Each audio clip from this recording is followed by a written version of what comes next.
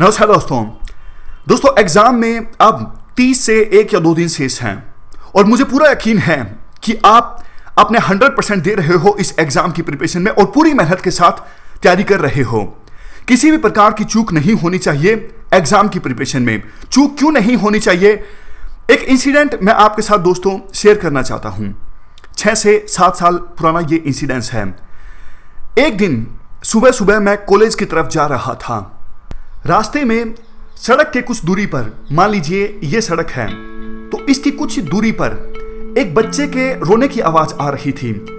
बच्चे के साथ कुत्तों का एक झुंड भी था और कुत्तों का झुंड भौंक रहा था और उसी साइड से मैं गुजर रहा था तो मुझे ऐसा लगा कि शायद कुत्ते बच्चे को काटने की कोशिश कर रहे हैं, तो मैं उस तरफ दौड़ा छोटे बच्चे को बचाने के लिए। लेकिन जैसे ही मैं वहां पे पहुंचा तो मैं हैरान हो गया। वहां पे पहुंच के सुबह सुबह आपने देखा होगा कि कुछ लोग रात की बची रोटी या फिर जो पुराने ब्रेड के टुकड़े हैं वो डाल देते हैं कुत्तों को, ताकि कुत्ते उन्हें खा सकें और अपना पेट भर सकें। तो उन कुत्तों के झुंड में ये सब चीजें पड़ी थी, पुराने रोटी के टुकड़े, पुराने ब्रेड के टुकड़े, और वो छोटा बच्चा उन्हीं रोटी के टुकड़ों को खा के अपना पेट भरना चाहता था। भूखा था वो छोटा बच्चा बहुत ज्यादा, और कुत्ते उस बच्चे की तरफ इसलिए भौंक रहे थे क्योंकि वो ये सब चीजें छोटे बच्चे के साथ शेयर नहीं करना चाहते थे। काफी इमोशनल इंसिडेंस है ये। इंसिडेंस मैं कभी नहीं भूलता। तो उस सिचुएशन में एक नॉर्मल सिटीजन को जो करना चाहिए, आप सब लोग जो करेंगे वही मैंने किया। पास की एक दुकान से छोटे बच्चे के लिए चीजें खरीदी और उस छोटे बच्चे को दी। लेकिन दोस्तों ये एक सॉल्यूशन नहीं है।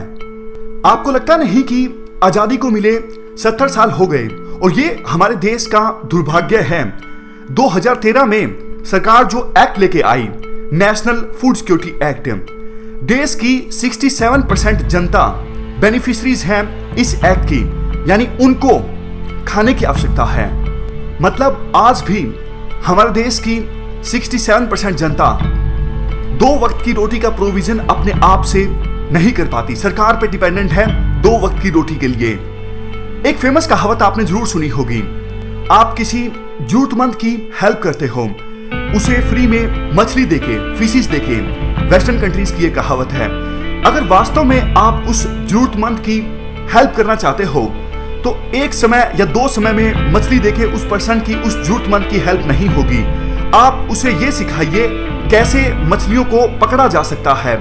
आप उसे कैपेबल बनाइए ताकि वो अपने आप से अपने लिए खाने का प्रोविजन कर सके।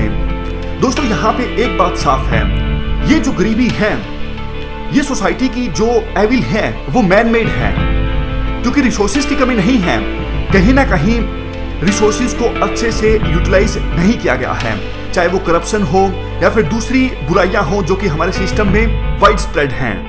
इन बुराइयों को खत्म किया जा सकता है, यानी सिस्टम को बदला जा सकता है।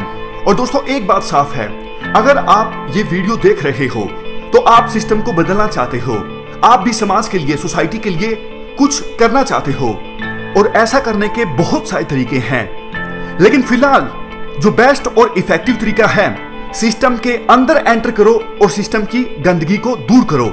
सिस्टम के अंदर कैसे एंटर किया जा सकता है? इस एग्जाम की सहायता से।